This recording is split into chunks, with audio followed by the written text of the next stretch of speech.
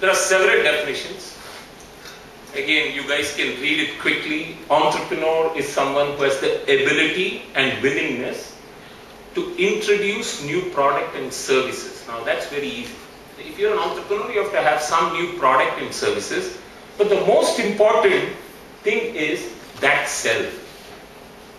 You cannot invent you will be an inventor if you don't know how to sell that product to the people.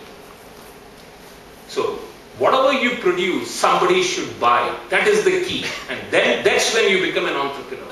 That means the price points are matched, features are matched, and people have some liking and some loyalty to your product and services. So when you are inventing, think of who is going to be the buyer.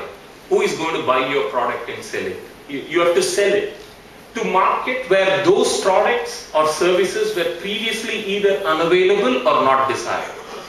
Such products, classic example, Walkman in our days, you could go for a jog, the Discman that you probably guys are used to, or an MP3 player today, yeah? iPod today. But when I think of the Walkman, who thought that you must have a tape player when you go for a walk that can fit in here and you can listen to music and walk? The rest of it is all innovation from there, improvisation. But that was an innovation from Sony in those days, right? Cell phone is a classic innovation product that you can talk from anywhere. Technology has got us there. So when you look at telecom industry, when you look at the financial services industry, some of the innovation that have happened is unbelievable, right? You can wire the money from anywhere in the world and you can get it. You can swipe a credit card in most parts of the world and you can get it today.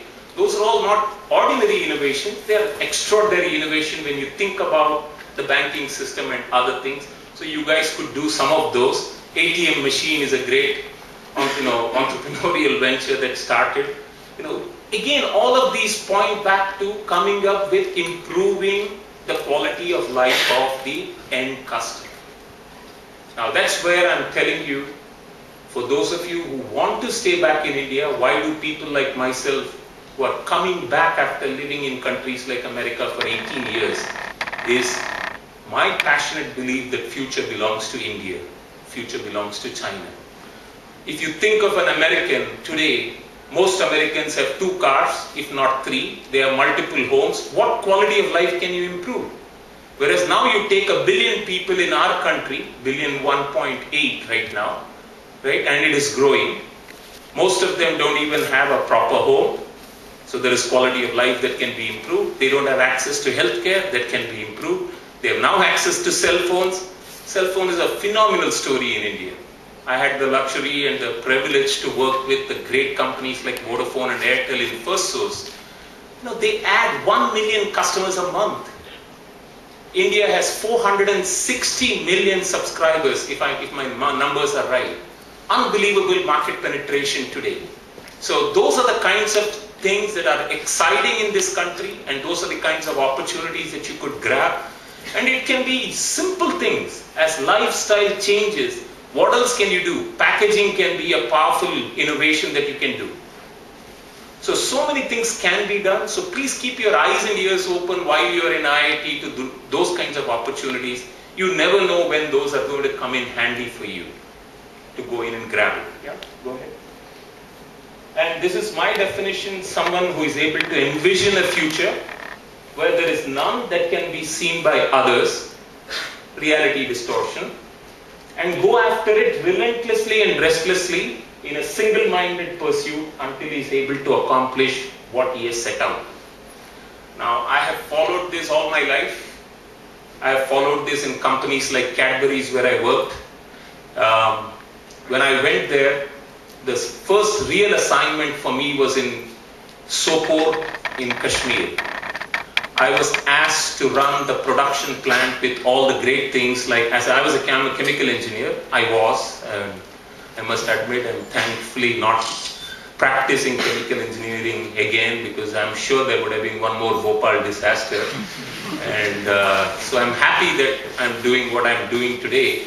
But at that time, it was a fabulous plant, fully automated. You put apple in one end, the other end there is concentrate, and there is aroma which is separated out from all the flavors associated in the apple juice.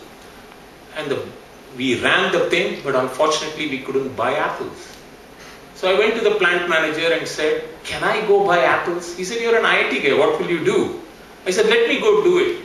Believe it or not, we went, and there's one more guy who is still working with me after 27 years of mad things that he has followed me.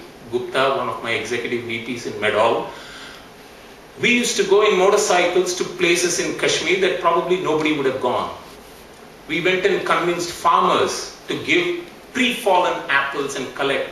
We created collection system. We rented 37 trucks from Jammu and came in those, right? And collected apples. That is out of the box.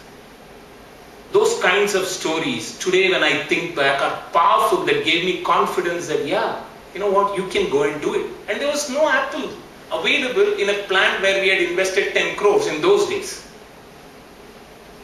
So those are the opportunities in India, but they don't come packaged, they don't come perfumed, they don't look good, they are not gift wrapped. You have to go and find it, and it is available everywhere. That's the message that I have. And once you spot the opportunity, how do you spot those opportunities are a great questions that have been asked. And once you spot them, what do you do?